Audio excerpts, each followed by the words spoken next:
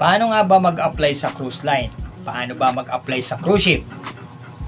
Unang-una, kailangan meron kayong job experience.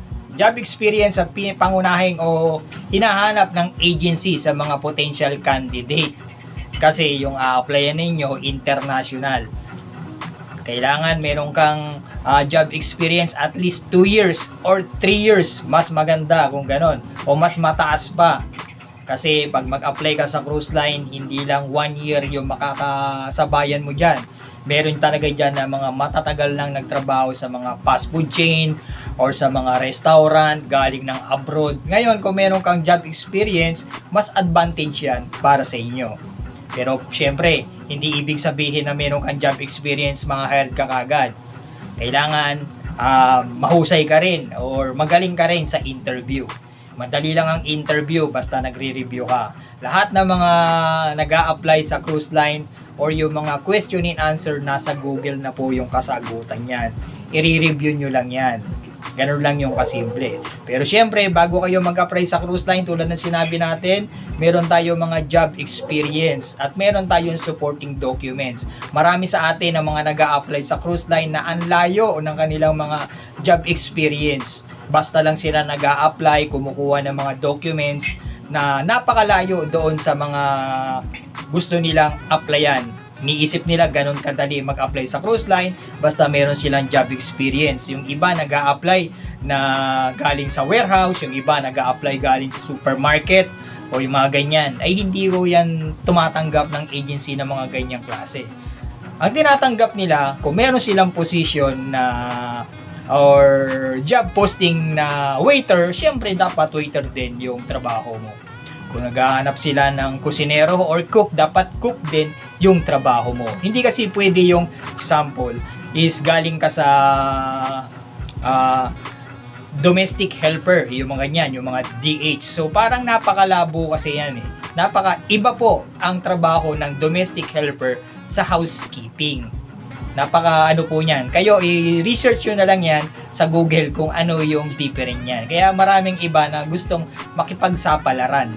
No? Makipagsapalaran sa ganito na domestic helper na gusto housekeeping or cabin attendant kagad yung a-applyan nila.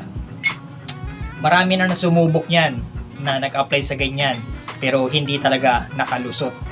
At yung iba sinasabi, DH daw, tapos is nakapag-apply sa mga ganito. Hindi natin alam kung anong agency yung tumatanggap ng ganyan. Kasi ang pagkakaalam ko, kung ano yung hinahanap ng agency is dapat yun din yung position a-applyan ninyo. Para naman hindi nahihirapan yung recruiter sa inyo. At hindi ka rin nahihirapan o nahihirapang mag-adjust sa kanila. So ganun lang kasimple. Dapat din meron kayong mga supporting documents. Ano ba yung mga supporting documents na kailangan? Unang-una, kailangan meron kang basic training. Basic training, ito yung isa sa requirements sa mga wala pang mga seaman book. Hindi ka rin makakapag-apply sa cruise line kasi isa yung requirements ang seaman book pag mag-a-apply ka sa barko. Kaya dapat kumuha ka ng basic training. Basic training, saan ba kinukuha yan? Nagkakalaga po yan ng 5,000 to 6,000, mga ganyan po ang presyuhan yan. Ngayon, pag natapos mo yan, training na yan is makakuha ka ng certificate ng basic training. Yun, certificate na yan is, yan yung pinaka-requirements para maka-apply ka via online sa Marina. Schedule din po yan, hindi yan agad-agad. Kailangan meron ka ng mga supporting documents, basic training, pag meron ka ng seaman book, kapag meron ka ng mga passport o meron ka ng updated resume. Pero wag po natin kalimutan, meron pang isang requirements dyan na kailangan nyo rin kuhanin. SDSD. Pinapa-COP yan. Ngayon, kung tatanungin nyo kung ano yung COP, habang kumukuha kayo ng training, nag-i-schooling kayo ng basic training, itanong nyo kung ano yung COP na tinatawag. So, paano naman magkaroon kayo ng idea at unti-unti nalalaman nyo ang process. Mahalaga yan para sa inyo. At i-share nyo rin yan sa iba kung ano yung pag-process. So, ganun lang ho kasimple yan. Kapag meron ka ng mga documents at alam mo na meron kang job experience na related doon sa position na applyan mo, is pwede ka na mag-apply sa cruise line. Ngayon, kung itatanong nyo saang agency ba yung available, napakadami pong agency na pwede nyong applyan na pinopost natin dito parate sa pages na to. Pwede kayong pumunta sa kanila, accredited. At isa pa, kailangan mag-ingat din kayo sa mga email or yung mga comment niyan sa mga comment section dyan sa mga group, dahil marami dyan na talagang nag-i-scam sila, na gumagawa ng paraan para makuha yung attention mo at pinapaniwala na meron kang mga available job para sa kanila. Mag-ingat po tayo sa mga ganyan dahil napakadami po, sobra.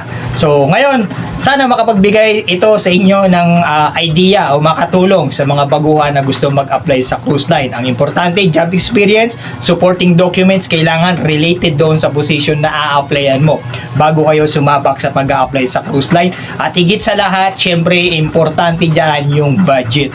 Maraming mga applicant dyan na nag-a-apply na walang budget or kulang sa budget, kaya ang naantala yung kanilang pag-a-apply. Kaya dapat meron kang support or mga budget na at least kung gusto mo talaga mag-apply or nakapokus ka, kailangan maghanda ka at least 60,000 pataas. Pero hindi ko sinabi agad na 60,000 na ngayon is agad-agad kang ma-hire. Siyempre matagal yung pag-process po niyan. Ibig ko sabihin, dapat meron kang nakaprepare na pera kasi gusto mo mag-apply sa cruise line is kailangan mong gumastos. So ayan po, maraming salamat.